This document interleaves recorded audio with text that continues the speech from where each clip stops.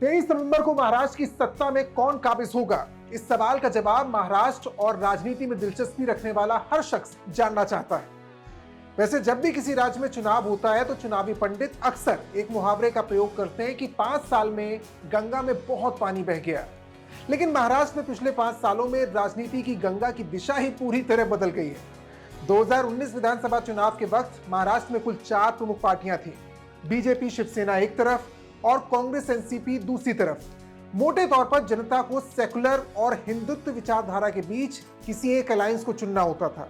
इसी का चुनाव होता था। अलायंस आज भी 2 ही हैं, लेकिन शिवसेना और एनसीपी के 2 फाड़ हो जाने से पार्टियां अब 6 हो चुकी हैं।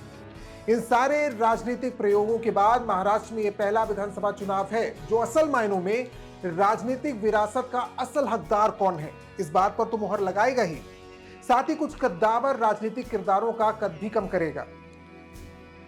पिछले विधानसभा चुनाव में हिंदुत्व की झंडा बरदार पार्टियां बीजेपी और शिवसेना सरकार बनाने में कामयाब रहे थे। 288 सीटों वाले राज्य में बीजेपी को 26.1% वोट शेयर के साथ 105 सीटें हासिल हुई थी। वहीं शिवसेना को 16.6% वोट हासिल हुए और 56 सीटें जिस पर उसने जीत दर्ज की। वहीं एनसीपी को 16.9% वोट शेयर मिला और 54 सीटें मिली। कांग्रेस को 16.1% वोट शेयर के साथ 44 सीटों पर संतोष करना पड़ा था। इसके बाद हुए जबरदस्त राजनीतिक प्रयोग, बहुत ज्यादा, जिसने बीजेपी और शिवसेना शिंदे गुट और एनसीपी अजीत पवार गुट को एक तरफ लाकर खड़ा कर दिया और कांग्रेस शिवसेना उद्धव गुट और एनसीपी शरद पवार गुट को दूसरी तरफ। राज्य में बदले राजनीतिक समीकरणों में जो नए साथी बने, उनकी पहली परीक्षा 2024 के लोकसभा चुनाव में हो चुकी है, जिसने बीजेपी नेतृत्व वाली महायुति को एक बड़ा झटका दिया। कैसे, वो आगे बताऊंगा। और दूसरी तरफ महाविकास अघाड़ी के हौसले बुलंद कर दिए। लेकिन जिस तरह से बीजेपी ने हरियाणा में सारे पूर्वानुमानों को ध्वस्त करते हुए हारी हुई बाजी को जीत में तब्दील किया, उसके बाद दावे से कुछ भी कहा नहीं जा सकता। लेकिन वो मुद्दे कौन से होंगे जो महाराष्ट्र की राजनीतिक पार्टियों और आगामी सरकार का भविष्य तय करने वाले हैं, इस बात को दावे से कहा जा सकता है और इस रिपोर्ट में आपको वही सुनने को मिलेगा। महाराष्ट्र चुनाव में 3 प्रमुख निर्णायक मुद्दे साबित हो सकते हैं। पहला, महिला वोटर्स का झुकाव किस तरफ होगा, कहां होगा। दूसरा, 2024 लोकसभा चुनाव में राज्य में एनडीए गठबंधन से छिटकने वाला दलित, आदिवासी और ओबीसी वोटर्स, ये क्या फैसला लेगा। और तीसरा, मराठा आरक्षण आंदोलन का असर कितना होगा, कहां तक होगा। सबसे पहले बात करते हैं महिला वोटर्स की, जिसका झुकाव आमतौर पर अलग अलग चुनावों को देखते हुए मैं बोल रहा हूं कि आमतौर पर इसका झुकाव बीजेपी और उसके अलायंस की तरफ रहा है। बीजेपी चुनाव के दौरान अलग अलग मुद्दों पर घिरती है तो महिला वोटर्स बहुत हद तक उसकी नैया पार लगाने की कोशिश करती रही हैं। यही वजह है कि महाराष्ट्र में भी महायुति सरकार ने चुनाव से अहम पहले लाडकी बहना योजना, ध्यान से सुनिएगा क्योंकि ये बहुत इंपॉर्टेंट बात है, चुनाव से ठीक पहले सरकार ने लाडकी बहना योजना का मास्टर स्ट्रोक चला और जुलाई से 1500 रुपए की आर्थिक सहायता राशि डायरेक्ट महिलाओं के खाते में आने शुरू हो गई। अब तक 7500 रुपए महिलाओं के खाते में, महाराष्ट्र की करीब 2 करोड़ 40 लाख महिलाओं के खाते में आ चुके हैं। बीजेपी ने अपने मैनिफेस्टो में वादा किया है कि अगली सरकार बनती है तो इसे 1500 से बढ़ाकर 2100 रुपए किया जाएगा।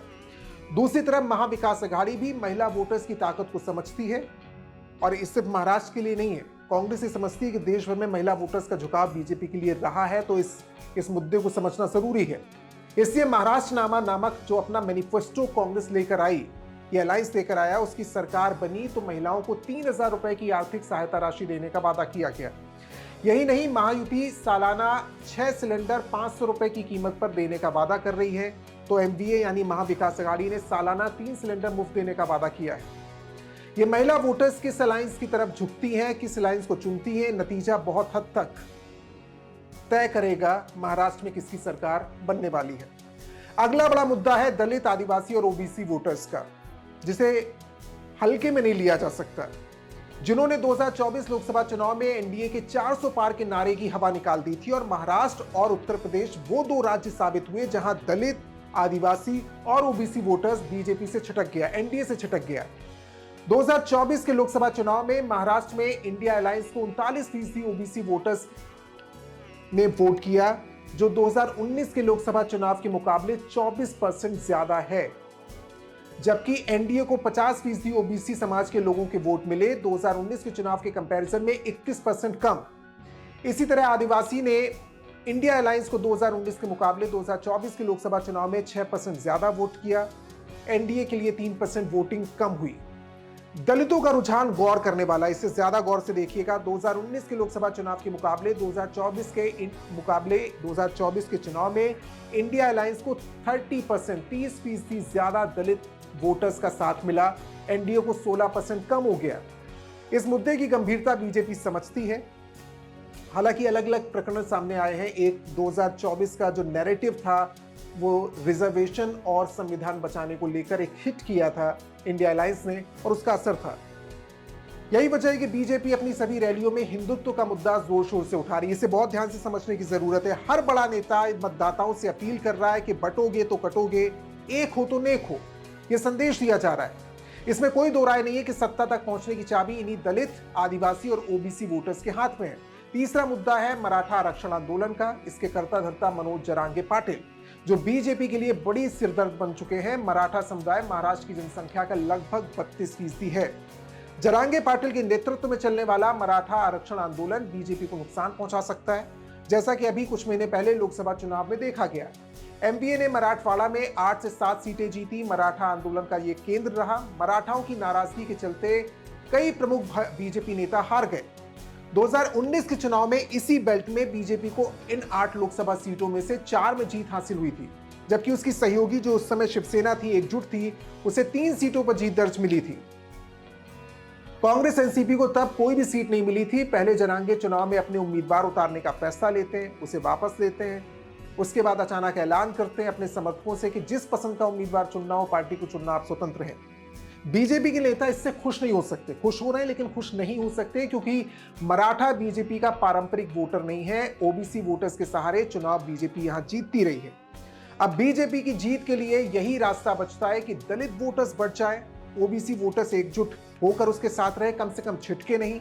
मराठा वोटर्स बढ़ जाए और साथ ही आधी आबादी को साधने के लिए लाडली बहना योजना जो ब्रह्मास्त्र बीजेपी ने चला है, उसका असर हो। बाकी महाराष्ट्र की जनता क्या फैसला लेगी, 23 नवंबर को यह साफ हो जाएगा।